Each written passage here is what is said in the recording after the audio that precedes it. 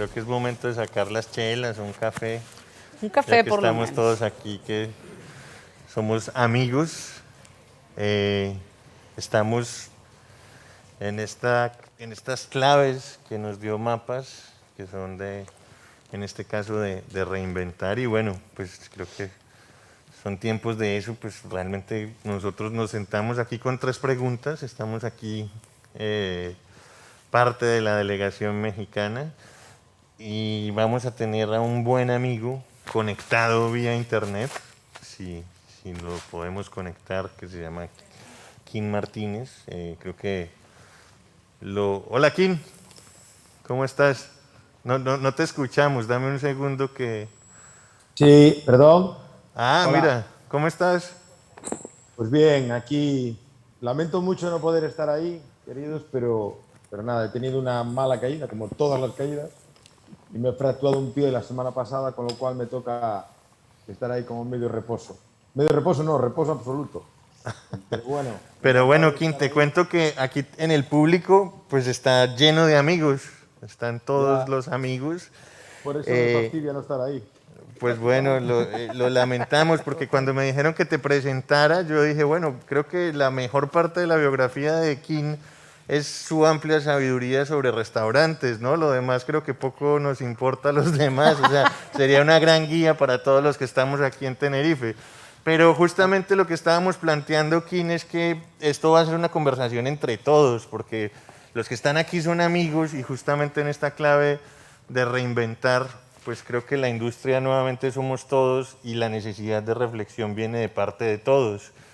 Y en ese sentido, pues digamos que nosotros nos planteamos 3 preguntas, casi que, bueno, pues digamos para algunos amigos que no conocen a los que estamos acá, voy a hacer breves las presentaciones y voy a plantear las 3 preguntas, pero son 3 preguntas que de verdad queremos contestar entre todos, ¿no? O sea, como tratar de responder sobre todo desde ese quehacer cotidiano, porque muchas veces cuando nos hacemos preguntas sobre la industria musical nos vamos hacia lo que leemos y eso muchas veces puede estar muy lejos de nuestro quehacer cotidiano. Entonces, bueno, estamos Igor Lozada, que es director de eh, ahorita tiene un nombre muy largo, la Secretaría de Coordinación y Difusión cultural y Vinculación de la extensión Universidad y... de Guadalajara, pero es responsable, digamos que en resumen, del proyecto cultural de la Universidad de Guadalajara.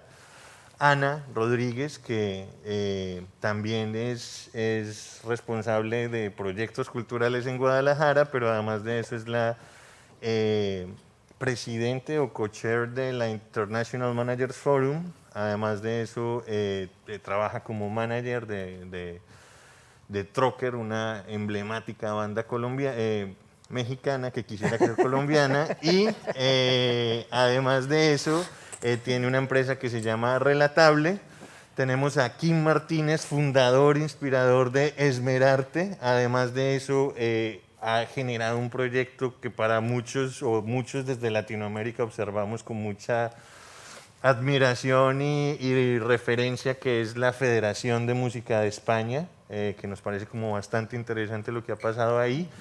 Y bueno, además está generando muchos proyectos como manager, como promotor cultural, conectando música, turismo, gastronomía y muchas otras cosas. Así que este conector musical también va a estar acá y quien va a intentar moderar o desmadrar esta conversación, Sergio Arbeláez, colombiano viviendo en México y pues digamos que un gestor musical. Así que bueno, la primera pregunta que queremos empezar, o sea, o más bien les voy a plantear las 3 preguntas, si están de acuerdo o si creen que debemos incluir otra o conversar otra, me cuentan.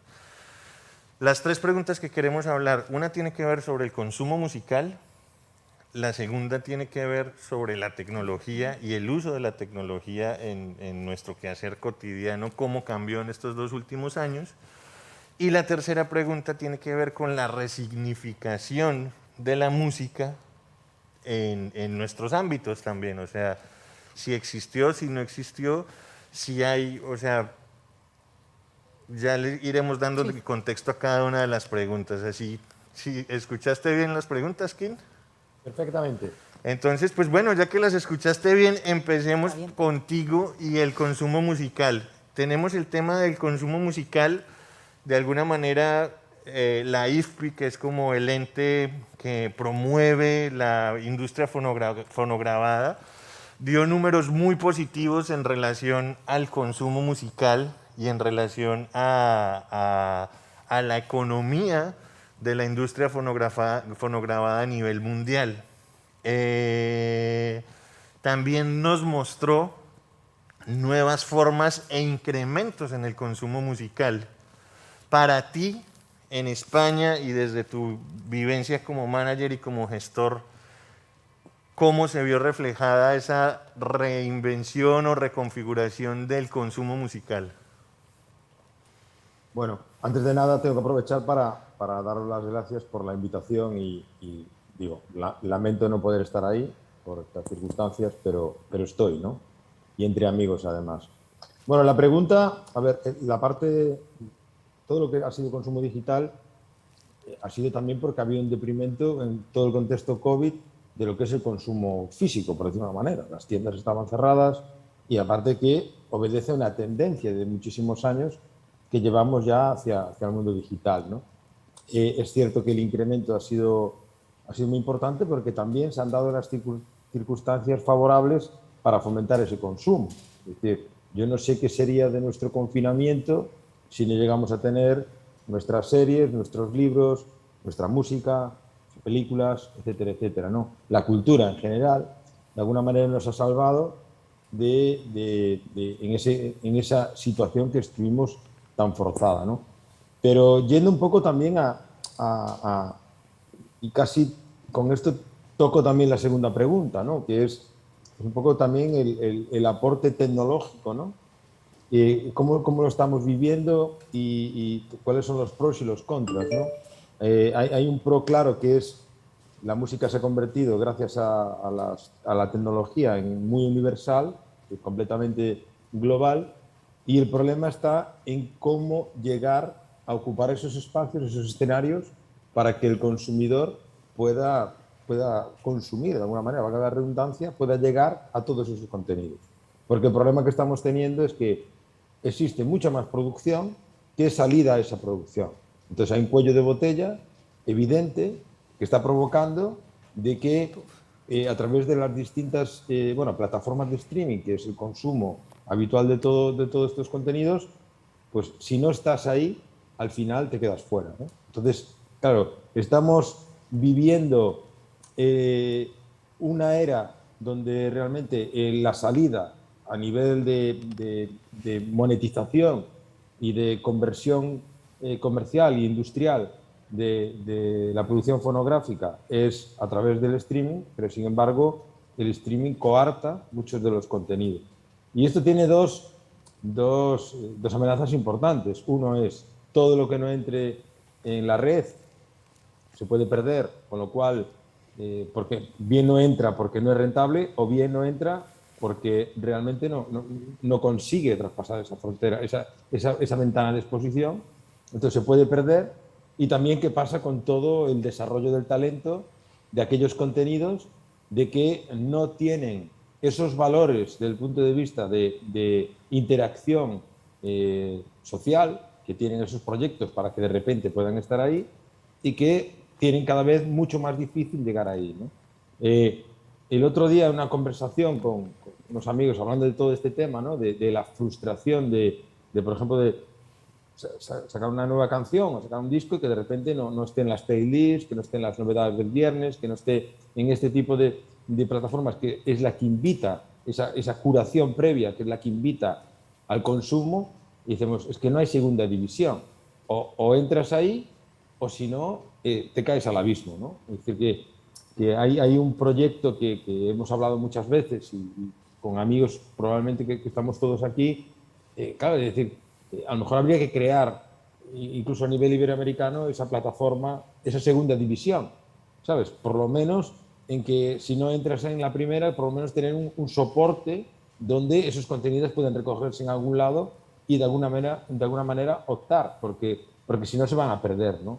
Y eso es una visión que no la tengo una visión catastrofista, sino que al revés, es decir, bueno, pues ha subido, los datos están ahí, ha subido el consumo y cada vez es más fácil consumir la música. La música además es un valor que ha sumado muchísimo ahora mismo. Estamos también en una situación que también tenemos que felicitarnos de alguna forma, el vehículo como puede ser los idiomas, ahora mismo, tanto la parte lusófona como la parte sobre todo en español, está en estos momentos claramente es mucho más popular, con lo cual invita también a que se pueda emerger, ¿no?, faros y referencias que puedan ayudar también al desarrollo global desde el punto de vista iberoamericano, pero aún así, bueno, pues tenemos esos hándicaps que no son pocos y que tenemos que saber de alguna manera darle solución, porque podemos estar en una situación de que a lo mejor solamente funcione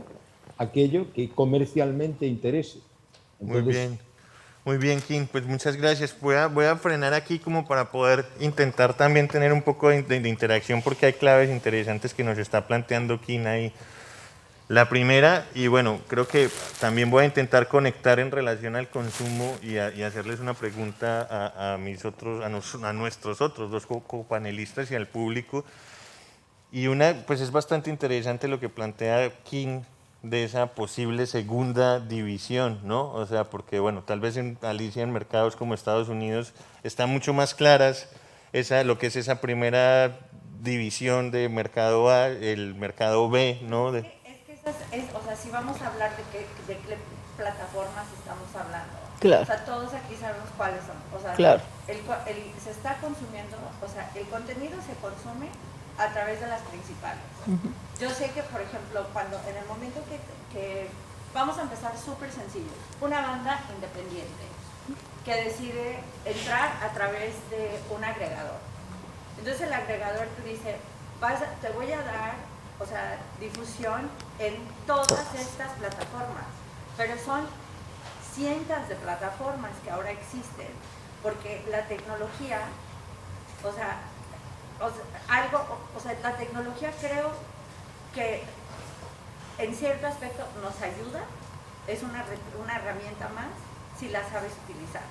Pero las principales, las que dominan, las tienes que tomar en cuenta como si fueran un major. Y una pregunta, Alicia. Entonces ahí entra Spotify, entra Apple, entonces cuando él está diciendo hay filtros, sí, existen esos filtros, ¿por qué? Porque esas plataformas obviamente tienen ya relaciones con los fuertes, ¿no? Que claro, son los majors con que los van de majors. mano. Y de ahí o sea, esos mismos majors han creado ahora subsellos, que son subsellos, y esos sellos son sellos independientes, donde, o sea, tienes colocando el Virgin otro Records, contenido. tienes ADA Latin, que es para todos los sellos independientes que ahora entran bajo de Warner, entran bajo de Universal, pero no deja de ser un major. Entonces, ¿qué tienen? Ellos tienen acceso a. Y como dicen, entonces todos los demás quedan fuera. Entonces todo el mundo está haciendo toda la tarea y cuando ves los resultados de ciertos artistas que son independientes, que ves que su crecimiento es orgánico, entonces ahí es donde la gente como compradores le empieza a apostar. Creo, Ok. Pero una aquí hay, pregunta, Sergio, aquí hay una sí. cosa una cosa bien interesante, creo, sobre el consumo, que de pronto dejamos de lado. Pensamos en consumo y pensamos en estructuras, pensamos en economía, pero lo que tenemos que dar, la reflexión a la que nos estás invitando, creo que tiene que ir al individuo. O sea, tener claro que el consumo, hay un consumo masivo, pero antes del masivo hay un consumo individual. Y este término que Alicia dice que es hablar de lo orgánico, eso es bien importante, porque entonces como creadores, quienes están creando, volvemos otra vez, queremos aspiracionar o queremos hacer aspiracional como un universo de consumo para que yo pague el súper y me convierta en un rockstar, o a mí me interesa realmente tener un diálogo. Conectar. Y entonces, ¿dónde están los contenidos? Y ahí es donde me parece muy, muy interesante lo que plantea Alicia, decir, bueno, ya la estructura económica existe. Lo que aprendimos en esta pandemia es de pronto despertar del sueño del consumo masivo para entender dónde está el consumo individual. Y entonces ahora se pone de moda y empezamos a hablar de la experiencia y que para poder vender el disco necesitas el concierto masivo o el concierto en el bar o generar la experiencia. Y ahí es donde está el consumo. De esta Pero reflexión es de la consumo. monetización, o sea, para mí yo siento que todas son herramientas y todo suma. Claro. Entonces, como productores de eventos, que la mayoría de los que estamos aquí, o sea, se dedican a eso, o las personas que también trabajan con talento, es cómo utilizar todas estas herramientas de una manera que sumen a la monetización y sabiendo que existen todos estos filtros. Sí, o sea, sí existen todos estos filtros. Yo no sé si la respuesta que planta King de crear una subdivisión existe, porque ya hay tantas que existen que no van a dejar de dominar las que dominan. Entonces creo que hay para todos, es simplemente saber utilizarlas para poder sacarles provecho. O sea, no todas van a ser un Bad Bunny, o sea, ya sabemos que eso está. Pero lo interesante Pero hay todo de lo que plantea Kim es segmentar a quién. Porque tenemos música para videojuegos, música de TikTok, música de Twitch, música de YouTube. Quienes consumen, vamos a hablar del consumidor adolescente, que de ese nunca hablamos. Vamos a hablar del consumidor Bueno, de qué ahí- sector, ¿no? Hay un tema bien interesante que planteaba King en un momento en una entrevista que le leí hace poco y tenía que ver con los conciertos en vivo. Y ese tema que planteaba King en esa entrevista era, había gente que durante esta pandemia no había cumplido los 18 años, ¿no? Que estaba entre los 16, 15 años y que esa gente nunca en su vida había ido a un concierto, ¿no? O sea, entonces, claro, estamos hablando de consumo y estamos pensando cómo se están reconfigurando esos nuevos consumos, pero como dice Igor, también de manera individual cómo se están configurando esos consumos, ¿no? Han aparecido nuevas plataformas como TikTok, han aparecido nuevas plataformas como Twitch, ¿no? En donde están más conectadas la generación Z, o sea, Facebook, creo que pues uno encuentra a las tías, uno encuentra al papá, a los abuelos, ¿no? Pero ya las plataformas también se están renovando, la manera de conectar con el público se está renovando y empezaron a aparecer también este tipo de conciertos híbridos. ¿Cuántos de ustedes asistieron a conciertos vía streaming? Yo creo que todos y todos en algún momento los producimos, pero creo que la gente también ya se aburrió Yo pagué. de eso. Claro, pero vemos también, todos Ya presumimos, no- la ya no gente son se tan aburrió de eso, exitosos. pero ¿por qué Live Nation compró una de las principales empresas de streaming en Estados Unidos? Esa es una buena pregunta para Live Nation, que no está aquí. Claro, cierto, pero podemos intentar pensar ese por qué, ¿no? O Ya. sea, porque sí, o sea, de alguna manera eso tiene un mercado. Es que yo creo que si Porque- hablamos de Live Nation, entramos a lo que acabamos de hablar inicialmente. Estás hablando de majors. Live Nation en cierto aspecto ha dominado, es como un monopolio. Entonces, si ellos ven cosas como oportunidades de negocio donde pueden abarcar, controlar y hacer cosas, creo que por eso también ellos lo hicieron, pero ellos lo están usando porque ahora tú puedes ofrecer, o sea, siempre lo han hecho, pero ahora yo creo que lo van a hacer de otra manera, donde van a monetizar aún más. O sea, si tú vas a producir un concierto y muy fácil, un Coachella. ¿Cuántas veces no hemos visto Coachella por internet sin estar en Coachella? Yo lo he visto. O sea, muchos. Aburrido. Nada Sí. que ver con el boleto que pagué de Glastonbury. Claro. Nada que ver. Fíjate que aquí Aparte pagué Glastonbury y eran 12 bandas. Todo el festival. Pero aquí O sea, Coachella lo veo en mucho lo Facebook, que, ¿no? perdón, pero sí Total. pinta mucho lo que Trocker ha hecho. Sí, no. En esta discusión, en la que estamos en este momento, pinta un montón lo que ustedes hicieron.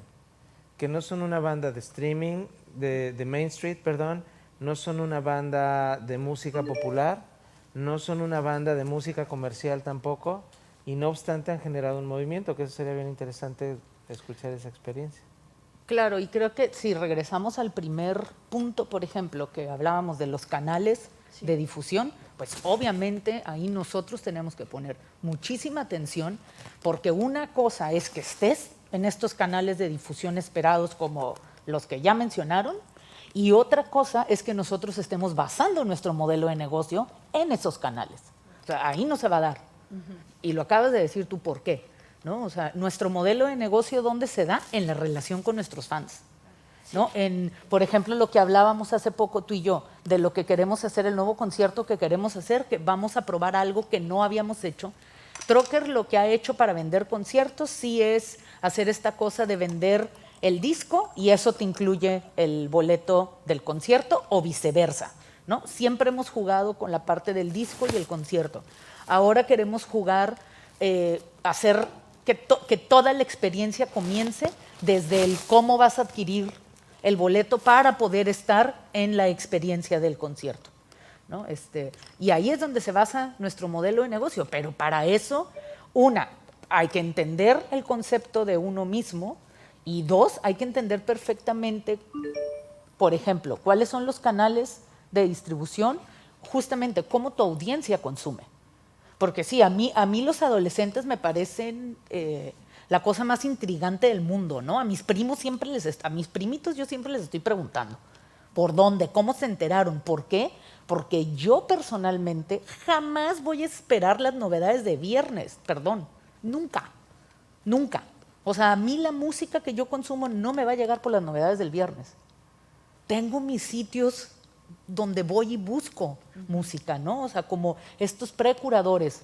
Hay 2 estaciones de radio francesas en particular que son unas de las que me van dando música. Pero pues claro, o sea, eso, el consumo, tú lo estás diciendo, o sea, estamos hablando de que según el tipo de audiencia al que se vaya a analizar, pues es cómo ha ido evolucionando ese consumo. Tomás, ¿cómo estás?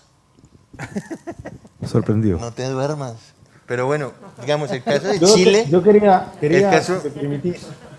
Dame un segundo que me gustaría mucho escuchar el caso de Chile, porque Chile es una industria llena de independientes, o sea, no tienen presencia en el país y acaban de lanzar una plataforma de música chilena exclusivamente, ¿no? ¿Cómo ha ido eso y cómo es esa relación? ¿Existe una posibilidad? ¿Hay un consumo de esa Mercado, plataforma ajá. exclusivamente chilena que podría ser una respuesta a lo que nos dice King? No sabemos todavía, porque es más o menos nueva, pero sí creo que hay algo muy particular que pasa en Chile y creo que en distintos países de Latinoamérica también, que hay muchos artistas que definitivamente no basaban su modelo de negocio y su manera de subsistir en lo digital. O sea, artistas que vivían de los shows principalmente de eso, y que son artistas que quedaron totalmente a la deriva y que no han sido capaces de lograr adaptarse a esta nueva forma de vivir. No sabemos qué va a pasar con Suena, te refieres a la plataforma hecha por Portal Disc. Siempre ha habido mucho consumo, el chileno consume mucha música chilena, pero la verdad que para responder tu pregunta, Todavía no sabemos. no se sabe. Sí se sabe que hay mucho consumo de música chilena, pero también han habido radios que se dedicaban a la música chilena que han desaparecido. Y sobre todo el mundo del espectáculo. Yo soy bastante pesimista en términos, a pesar de que Chile es un país lleno de artistas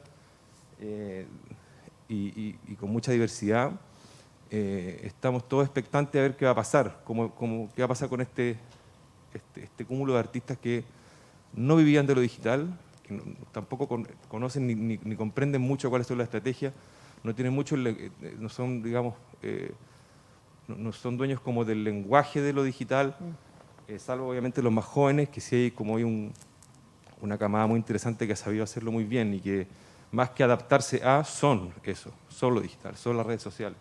Eso se ve y se percibe y hay mucha respuesta de las comunidades digitales hacia ese tipo de artistas, pero mientras conversaban esto yo pensaba en esos artistas que no vienen de ahí, que son la mayoría, que son probablemente los que mejor les va en Chile o les iba, y que no sé si van a lograr adaptarse yo no sé si esto es algo a lo que uno pueda adaptarse. Yo creo que definitivamente hay generaciones que van a quedar más perdidas dentro de esta adaptación, digamos. O sea, hay que ver cómo se recuperan en lo no digital, cómo se recupera lo no digital para ver cómo le va a ir a esas bandas o a esos artistas. Y por supuesto que van a aparecer nuevos artistas que vienen del mundo digital. Va. Yo soy muy optimista por el ejemplo que tú estás comentando, de esta plataforma solo de música chilena.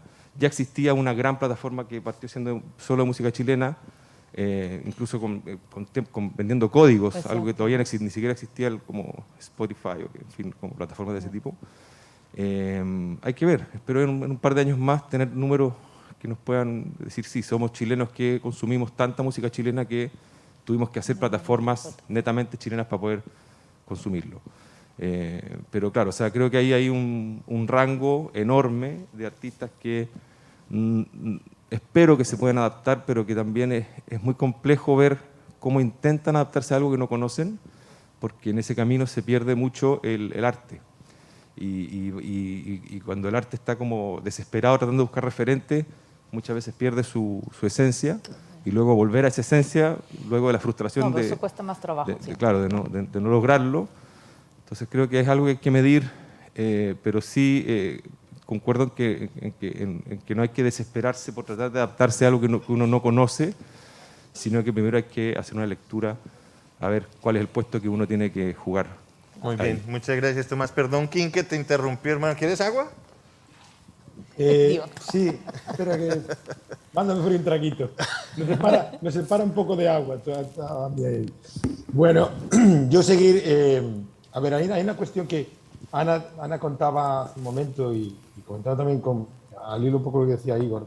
Hay una cuestión y el término es el negocio. Es decir, claro, tenemos todas las ventanas delante, tenemos todas las posibilidades, ya existen las plataformas.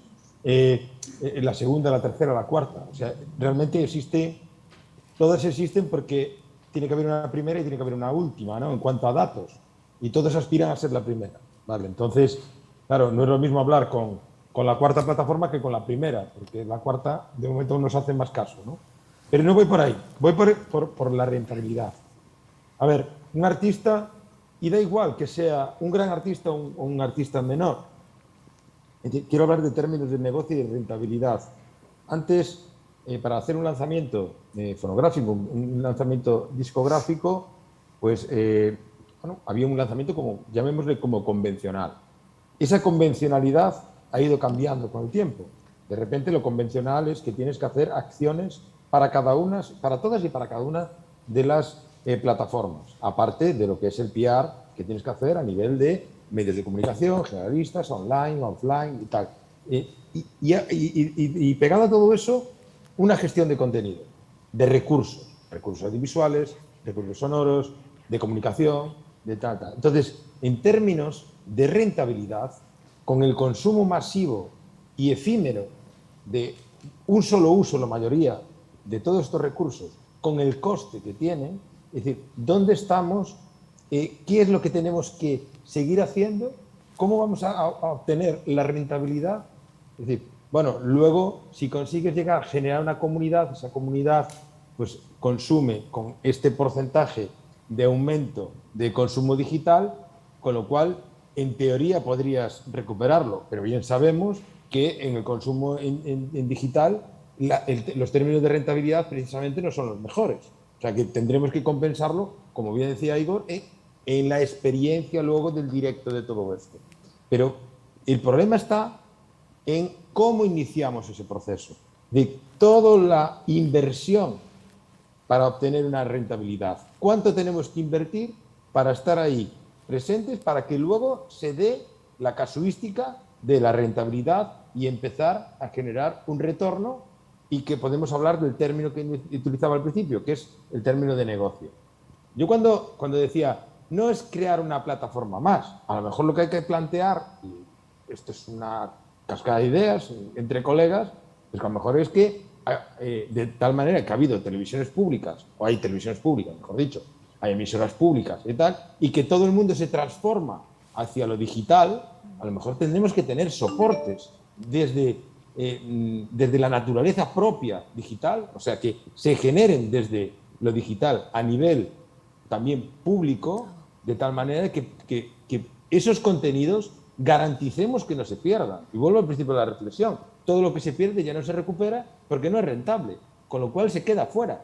Entonces estamos provocando de que estilísticamente nuestra música al final pueda ser peor dentro de unas generaciones. Somos la generación responsable de que la música llegue a todos los lugares, pero al mismo tiempo somos responsables de que la música sea peor porque solamente se va a popularizar la música que vende. Todo lo demás no está ahí.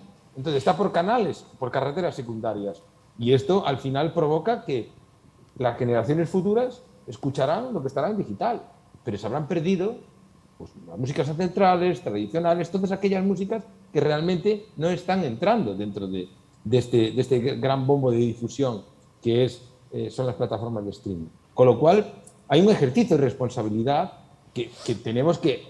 O sea, y un ejercicio de responsabilidad público-privado. Entonces, esto no es una cuestión solamente privada, sino que tenemos que buscar las herramientas para que esto no pase, porque si no seremos los culpables un poco de todo esto, ¿no? Ok, bueno, pues creo que Kim pone ahí varios temas interesantes y creo que hay un tema, y pues vamos a pasar al segundo punto, que es justamente la tecnología, porque Kim está poniendo casi que algunas brechas específicas en relación a los independientes y la tecnología. Una tiene que ver con el tema de distribución y casi que visibilidad, ¿no?, dentro de estas grandes plataformas. Y otra que tiene que ver con el acceso a los medios de producción, en donde, pues, digamos, claro, a nosotros hoy en día, bueno, o la pandemia tal vez nos planteó cosas muy interesantes en relación a la manera de generar contenido en donde se hizo más personalizado, pero ya después la demanda es, güey, ya no quiero ver al tipo tocando en su casa, sino quiero ver algo más producido, ¿no? Pero también algo que está pasando es que la música se vuelve más cotidiana y cada vez la gente tiene más acceso a formas de creación de música, es decir, la música se está simplificando y la producción musical se está simplificando. Entonces, gente desde su casa puede generar y crear música, ¿no? Entonces, ustedes, ¿cómo ven o cómo han vivido estas disrupciones tecnológicas que se han acelerado en estos últimos 2 años? No quiero hablar. ¿No quieres hablar? Es que lo voy a decir en la siguiente conferencia. Ah, bueno. Spoiler, un spoiler chiquito. Spoiler. Un spoiler chiquito. Bueno, a ver, definitivamente la aceleración, tal cual como lo dices, en la simplificación de los procesos de producción, levanta una alerta en otro lado, ¿no? Y ese otro lado para mí tiene que ver con el contenido, ¿no? Con lo que acompaña a la producción musical, con el mensaje, con la historia, con la conexión con su público, porque es un hecho, es impresionante lo último que hemos visto, ¿no? O sea, cómo máquinas literal están haciendo trabajos de productores musicales, que lo hemos oído de ellos directamente, que por $7 logran el mismo resultado que ellos hacían en 12 horas, ¿no? O sea, eso definitivamente tiene que provocar cambios. Entonces, otra vez, si no ponemos atención en estas otras cosas que se le exigen a la canción, a la producción musical, pues obviamente vamos a seguir este camino que King decía de música efímera, ¿no? O sea, en donde las cosas pues nada más van a pasar y a usarse para un ratito. Bien. Yo Igor, creo que- tú que intentaste crear a UDG en el metaverso, cuéntanos cómo... ¿Cómo fue? Yo creo que la tecnología al final del día es un cauce que va a seguir, eso va a seguir sucediendo y es como Willy Wonka. Va a reemplazar un montón de puestos, un montón de cosas, pero siempre va a tener que haber un humano que va a tener que operarlo. Y la poética creo que es lo más importante. Más allá del metaverso que nos hemos querido meter para poder entender y la vuelta de tuerca de haberse metido a buscar el metadato, haberse metido a buscar la segmentación, al final del día te vuelves a encontrar que si no hay una poética detrás, incluso de la búsqueda de la tecnología, vas a terminar en algo completamente árido. Va a haber plataformas que construimos que no funcionaron porque no respondieron a una necesidad, ¿no? Por ahí recuerdo yo a King y yo lo platicábamos hace como 10 años, King, esta cosa de tener una plataforma que contuviera toda la cadena de valor y entonces estuviera la oferta y la demanda junta. King, a partir de ahí, el proyecto que ha generado King ha sido muy revelador, pero es a base de una voluntad, es a base de King. Y lo que King nos ha aportado, y a mí me ha enseñado toda la evolución de King, es porque su voluntad, la de él, su filosofía, su poética y su fe en algo muy específico, lo ha movido y lo ha ayudado a aterrizar cosas que estoy seguro que van en un sentido completamente distinto a lo que originalmente platicábamos hace 10 años. King, ¿te acuerdas? Ahora, Perfectamente. Lo que sucede con lo que yo platicaba con ustedes hace 10 años, es decir, esta plataforma, Mapa Creativo, que Finpro tuviera, que los más aplicados siempre han sido Truckers, que teníamos todo absolutamente ahí. Quien realmente lo utilizó y lo revolucionó fue Trucker. Sí, fueron los individuos. Entonces, no importa la tecnología que pongas. Yo lo veo con mi hijo y con el hijo de Verónica. Ellos utilizan la tecnología como se les hincha la gana y no piensan en los mayors. Ellos están agarrando, están construyendo, están consumiendo y están creando. Pero están creando un ecosistema que desconocemos por completo. Entonces, hacia el tercer tema, que creo que es el que cierra toda esta reflexión, estamos ante una situación de salud y la música ha sido siempre el ente más emblemático de transformación, porque la música está por encima de cualquier política, de cualquier sistema de consumo. La música existe y va a seguir existiendo y encuentra sus propios caminos, y entonces nosotros nos quebramos la cabeza para ver cómo lo monetizamos, cómo monopolizamos, cómo nos liberamos, pero en sí ese devenir sigue y se sigue construyendo y nos da además las pautas. Es el más camaleónico de las artes que existe, y es como ese vecino que siempre está a la vanguardia y que de repente llega el vecino de zombie y dices, puta, ¿qué le pasa al vecino que ahora está zombie? Y a los 6 meses, ¡pum!, la catástrofe y todos son zombies. Pero este vecino que es la música ya se adaptó.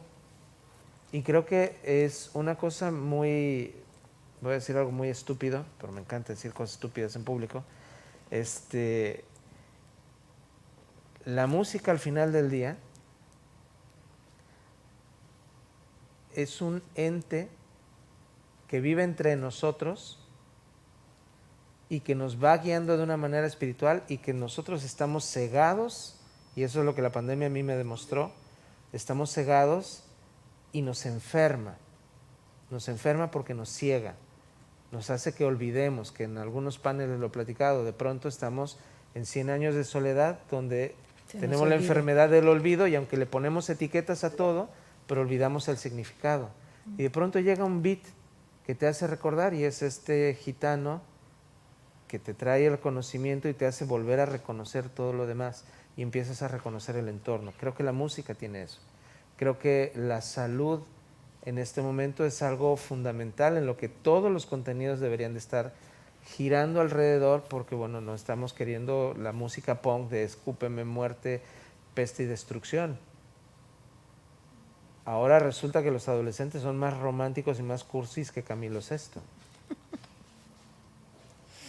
Yo quiero volver a reescuchar Camilo VI con todo lo que están haciendo los chicos ahora. A mí me sorprenden mucho, sobre todo los adolescentes, lo que están escuchando y cómo lo están viviendo además, que estamos nosotros pensando en los mayors, estamos pensando en todo eso, pero estamos dejando de lado eso que es el día a día. Bueno, tienes un Camilo VII por México, hablando de... Hay varios. No es uno. El Camilo VII existe. Mira, hay una cuestión que tiene que ver también un poco de... Estamos hablando de cómo hacerlo individualmente o de manera grupal o por proyecto, desde el punto de vista artístico, ¿no? Desde el punto de vista del proyecto musical, ¿no? Claro, a veces todo esto, y Ana creo que me va a entender muy bien este tema, porque a veces esa necesidad de promoción, esa necesidad de visibilización, al final lo que hace es trabajar en la despersonalización de los proyectos. Es decir, claro, al principio era, hay que hacer una pieza para streaming, para la plataforma de streaming. Luego hay que hacer una pieza para YouTube. Luego hay que hacer una pieza para tal. Hay que hacer una pieza para... Hay que hacer tal, y de repente, hostia, espera, es que ahora lo que tenemos que hacer es un concierto en TikTok. Y ya lo hemos hecho. Y ya está ahí. Y de repente dice, ¿pero qué pinto yo en TikTok? Si mi música no tiene nada que ver con el TikTok. Y dice, es que si no estás en TikTok, no existes. Entonces, claro, esto como va tan rápido, y aparte que por no perder el tren, y como hay que apuntarse a todo, porque es que ya, como decía antes, los términos de rentabilidad está muy complicado, poder cuadrarlos, esos números, pues te tienes que apuntar a todo, claro, pero el riesgo un poco es también que llegues a un punto de que no lo tengas, que te desconfigures en cuanto a tu esencia, a lo que tú quieres transmitir con tu música, ¿no? Y yo creo que esta es una parte, pero yo creo que esa parte está demasiado sola. Vale, yo creo que hay entre la parte público-privada, y ahí es como hay que empezar a construir las bases, los pilares básicos y que fundamenten un poco todo este desarrollo. Porque si no, lo que está es como muy atomizado absolutamente todo y es el que corre un poquito más y el que llega, pues consigue ya entrar ahí, es aspiracional para todo el mundo, pero no hay una metodología de nada. Y ni siquiera hay una protección adecuada para todo esto. Es decir, claro, ¿qué echamos de menos en la industria musical a nivel general? Pues que haya unas bases. Y las bases tienen que empezar por lo primero, es decir, ¿cómo financiamos la música? En la industria musical, ¿cómo se financia? ¿Cuáles son las herramientas de financiación? Para eso necesitamos tener ciertas protecciones ante diversos ataques que pueda haber o reconocimientos respecto a la economía transversal que generamos. Es decir, ¿cuál es nuestro ámbito competencial? ¿Dónde está nuestra división de capital humano, de recursos humanos que maneja todo esto? ¿Dónde está toda la parte del marco legal específico que tenemos que manejar? ¿Cómo manejamos todo el desarrollo internacional? ¿Cómo movemos la rueda de algo que para nosotros es el canal perfecto, como pueden ser todos los objetivos de desarrollo sostenible, la Agenda 2030, todos estos valores humanitarios y estos valores de igualdad, de accesibilidad, inclusión social, etcétera, etcétera? La música siempre ha sido el canal necesario para todo esto. Yo creo que hay que dar un paso atrás, organizar un poco todo esto, para que todo luego los proyectos que existan tengan herramientas necesarias para que no quede tan atomizado todo, porque si no, estamos enfrentando a todos y cada uno de los proyectos a competir entre sí, o sea, competir todos para llegar, es decir, y al final están entrando en un cuello de botella, ¿no? Es un poco la reflexión un poco global de las tres cosas, ¿no? Porque estamos viendo que estamos peleando contra nosotros mismos, ¿no? Kim, yo tengo una pregunta, o sea, porque sé que manejas artistas y produces tus festivales y conciertos y estoy también al tanto de cómo organizaste durante la pandemia a la industria aquí en España, que fue muy parecido a lo que pasó en Estados Unidos con lo de NIVA, ¿no? Pero mi pregunta va un poco más allá. O sea, hablas mucho de que llega un momento donde lo que le dicen en inglés como bottleneck, ¿no? Que todo va hasta cierto punto y luego como que se atoran, ¿no? Pero algo que hemos visto y fue algo que tocó Igor también, es de que lo de la esencia de la música es lo que te toca, ¿no? O sea, cada quien se conecta con la música de alguna manera y todos estamos aquí porque es lo que nos ha conectado a todos, ¿no? O sea, de alguna manera estamos involucrados en la música. Pero cuando empezaron los conciertos, que regresó el en vivo, fue cuando se vio que ya el consumo de lo digital, del streaming, bajó muchísimo. O sea, a punto de que la gente, yo siento que se agotó de estar viendo cosas a través del streaming, ¿no? Y el en vivo, o sea, esa es la experiencia humana que siempre va a buscar la gente. O sea, sí puedes disfrutar algo a la distancia, que tener ese acceso, que regresamos de que todas estas cosas suman y son herramientas y cómo saber utilizarlas para monetizar, para que tus proyectos salgan adelante. Pero a fin de cuentas, lo que más importa es cuántas personas van a llegar a verte en vivo, porque eso es lo rentable. ¿Cuántos boletos vas a vender? ¿Cuánta gente va a llegar al festival? ¿Cuánta gente va a llegar a un venue, aunque sea de 200 personas? Ya, pero Ana, perdona, es que esa es una cuestión aquí que... Es Alicia. Es no Alicia Ana. Sertuche. Alicia, perdón. No Ah, pasa sí, nada, igual y no la ves bien. Es que Alicia no la veo, la escucho. Sí, Buena ok. amiga, muchos años. ¿Qué tal, Alicia? No, yo lo que digo a ver, el planteamiento, sí, estoy completamente de acuerdo que es la conversión es en el directo, en cuántos boletos vendes y tal. Pero estaremos de acuerdo que hay una adulteración de lo que son los datos. Ahora mismo, como promotor, pues de repente cuando voy a contratar a un artista para mis programaciones, pues casi es una obligación. Bueno, primero, que encaje estilísticamente, no a mí, sino al público al que yo estoy referenciando, ¿no? Para el que estoy curando. Pero necesariamente tengo que ir a ver unos datos. Y esos datos muchas veces obedecen a una cierta adulteración, estoy diciendo, ¿sabes? Que al final acaba siendo como injusto, porque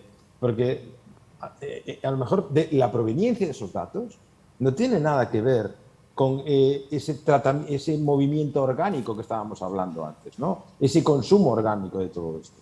Y sabemos que viene, bueno, pues la industria se está desarrollando como se está desarrollando, iba a decir manejada, pero bueno, de alguna manera, es manejada de cómo se está haciendo y que al final, bueno, pues la oportunidad no es igual para todos, con lo cual, ¿sabes?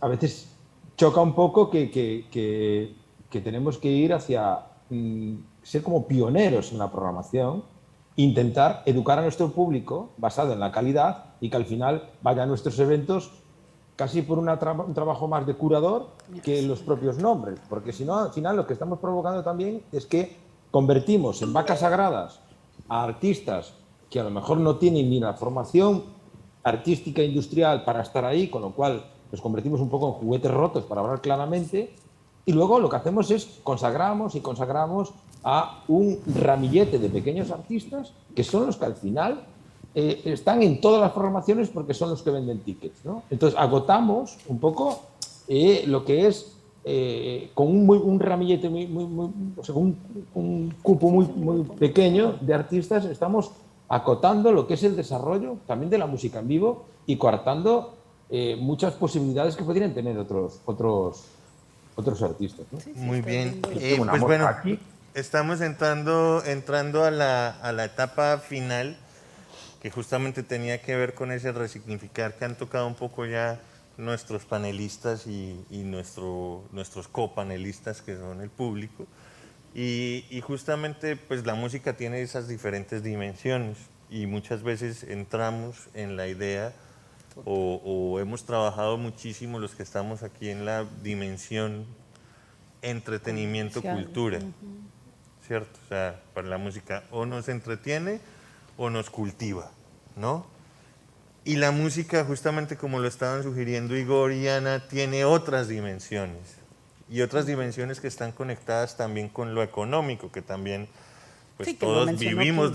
de esta industria y como bien lo dice Kim, pues bueno, o sea, Generamos o sea, también hay una dimensión económica de la industria, ¿no? Y en esa dimensión económica, pues digamos que una preocupación cuáles son esas otras dimensiones que puede tener la música y cómo podemos aprovecharlas, ¿no? Pues creo que voy a abrir la pregunta. Pues yo creo que en realidad son las dimensiones que queramos. Si lo pensamos, por ejemplo, socialmente, todas aquellas dimensiones que conlleven el convivir con más personas. Esto que dice Sergio yo siempre lo he tratado de ver, ayer lo mencionaba, ¿no? O sea, como dos capas de poder en la música. Uno es el poder, que decía Igor, que es el poder inherente, ¿no? que tiene la música, y es el poder que viene desde tiempos ancestrales de conectarnos, de unirnos y de identificarnos, ¿no? Con ese no hay discusión. Y por el otro lado está este poder que tiene la música a través de las personas, ¿no? De los artistas, en donde entonces ya estamos hablando que la música, pues como herramienta, puede comunicar mucho más fácil un mensaje que cualquier otra expresión artística, puede generar... Ponte Nuevo, Ponte León, Ponte Nuevo León. No. Claro, o sea, así de feo. Está hablando de una campaña política en México. Puede generar confianza, ¿no? De una manera súper poderosa, que también está ligado a la persona, ¿no? Al artista. Puede también transmitir el mensaje de una manera mucho más rápida. Estamos hablando de todos los canales que tenemos de distribución y de difusión, o sea, el mensaje se puede ir mucho más veloz. Entonces, si el artista tiene la conciencia de estas dos capas de poder que hay en la música, y entonces su quehacer, a ver, no se trata como de decir, a ver, todos los artistas que a partir de hoy generen contenido únicamente con esta visión. No, pero si tú te ves a ti mismo como artista y entonces analizas todo el poder que tiene la música y buscas en tu quehacer la posibilidad entonces de activar otras ventanas, es decir, que puedas, por ejemplo, trabajar la canción y entonces empezamos, ¿no? Con todo lo que puede suceder todo lo que podrías provocar en cambios sociales, ¿no? Que puede ser desde, tú lo decía Igor, la salud pública, ¿no? Empezaste con ese ejemplo hace rato. Puede tener que ver también con, pues sí, con problemas sociales, con cualquier problema social, con cualquier cosa que requiera un cambio de comportamiento en la sociedad, con cualquier cosa que requiera un cambio en la percepción de cómo un grupo específico de personas está viendo determinada situación. Bueno, y así me puedo ir, o sea, por eso decía que realmente puede aplicar para lo que quieras, siempre y cuando entiendas como estas dos dimensiones, y todo lo que cabe ahí en medio es posible con la música. Igor, Kim, ¿quieren complementar? Mira, yo creo que la música tiene una dimensión como la de estos personajes de Marvel, que son capaces de ver a todos desde fuera, pero no se pueden mezclar y no pueden influir en la decisión de los humanos. ¿No? Es esta música que habita en todos nosotros y que nosotros estamos inmersos en ella. Entonces creo que esa es una de las dimensiones más importantes que tenemos que aprender, es cómo nos podemos abstraer de todo el ecosistema que generamos nosotros a partir de la música. Creo que esa dimensión, en el momento en el que podamos coincidir todos en esta abstracción, como bien dice King, si aplicamos una buena metodología de procesos a partir de esta abstracción, tendría la música una dimensión social mucho más compleja, de generación de identidad, poder generar proyectos de salud, poder generar economía, poder empezar a ser más democráticos. ¿Y Kim? Bueno, yo creo que hay un papel de la música que tiene que ver con estos tiempos. Antes lo pasaba así un poco por encima, pero me gustaría incidir un poco en esa idea. De hecho, con mis artistas últimamente, yo les digo el tema del canal, ¿no? Lo que significa la música para trasladar un mensaje, y más ahora después de una pandemia, que es una pandemia que hemos vivido todos y que además tiene que ver con muchos cambios también provocados por todo lo que venimos hablando de la transformación digital y bueno, todo lo que es el desarrollo tecnológico. Pero a mí me gustaría, de alguna manera, y a lo mejor soy, bueno, pues soy un poco iluso, ¿no? En este sentido, pero que todo esto que está pasando, esta reflexión que nos ha llevado, que la música tenga un papel muy importante en cuanto a los mensajes que podemos dar hacia el futuro, ¿no? Es decir, que yo creo que hay una ruptura muy clara y generacional también, es decir, porque sí estilísticamente ha cambiado mucho la música como más popular, pero también la ventaja es que hay muchísimas vías nuevas donde todo vale y todo tiene su su papel, ¿no? Pero creo que como planteamiento global, como camino global, la música es el canal perfecto para trasladar esos mejores mensajes, esos valores mensajes de esos valores de las personas, de esos valores humanitarios. Y yo creo que también estamos en una oportunidad de ejercer ese papel, porque como disciplina cultural, entendiendo ya todo lo que es el valor de la cultura para las personas, fijaros el problema que tenemos ahora mismo de salud mental a nivel global, ¿no? y el aporte que puede haber desde la cultura para paliar ese gran problema que tenemos ahora mismo a nivel global, pero sí la música realmente puede ser una de las grandes protagonistas y nos toca a nosotros pues hacerlo ver y construir alrededor también de todo esto, ¿no? Desde un valor como más experiencial y de un valor como más de identificativo.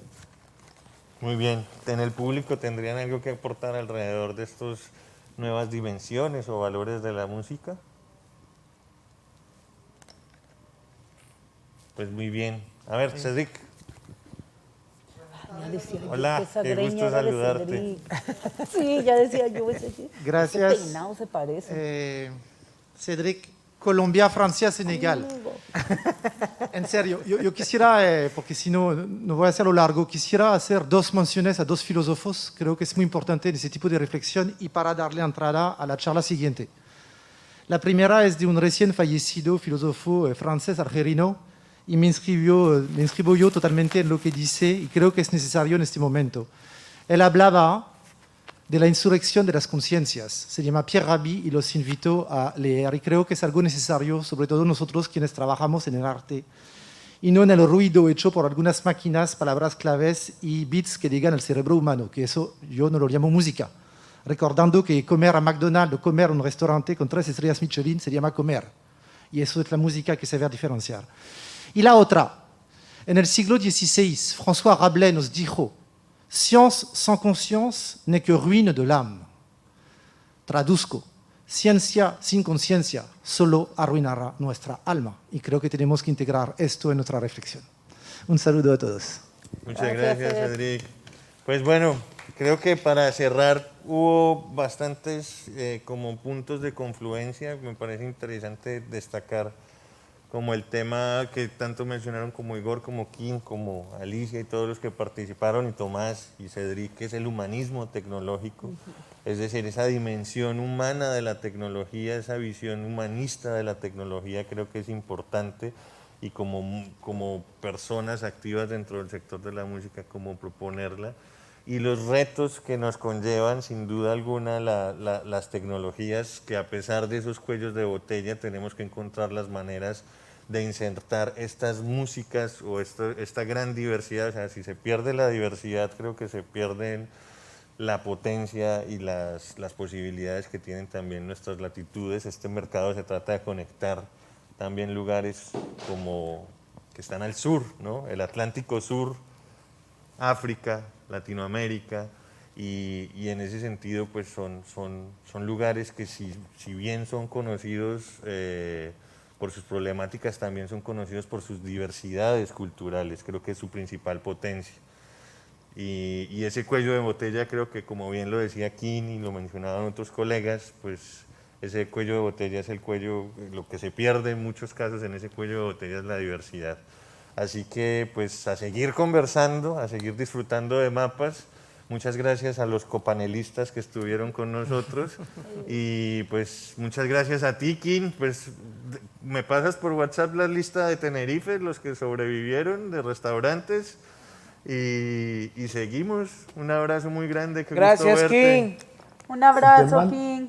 Te mando ahí la guía Barriguitas, que esto estoy... Increíble. Muy bien, pues muchas gracias a todos y nos seguimos conversando. Adiós.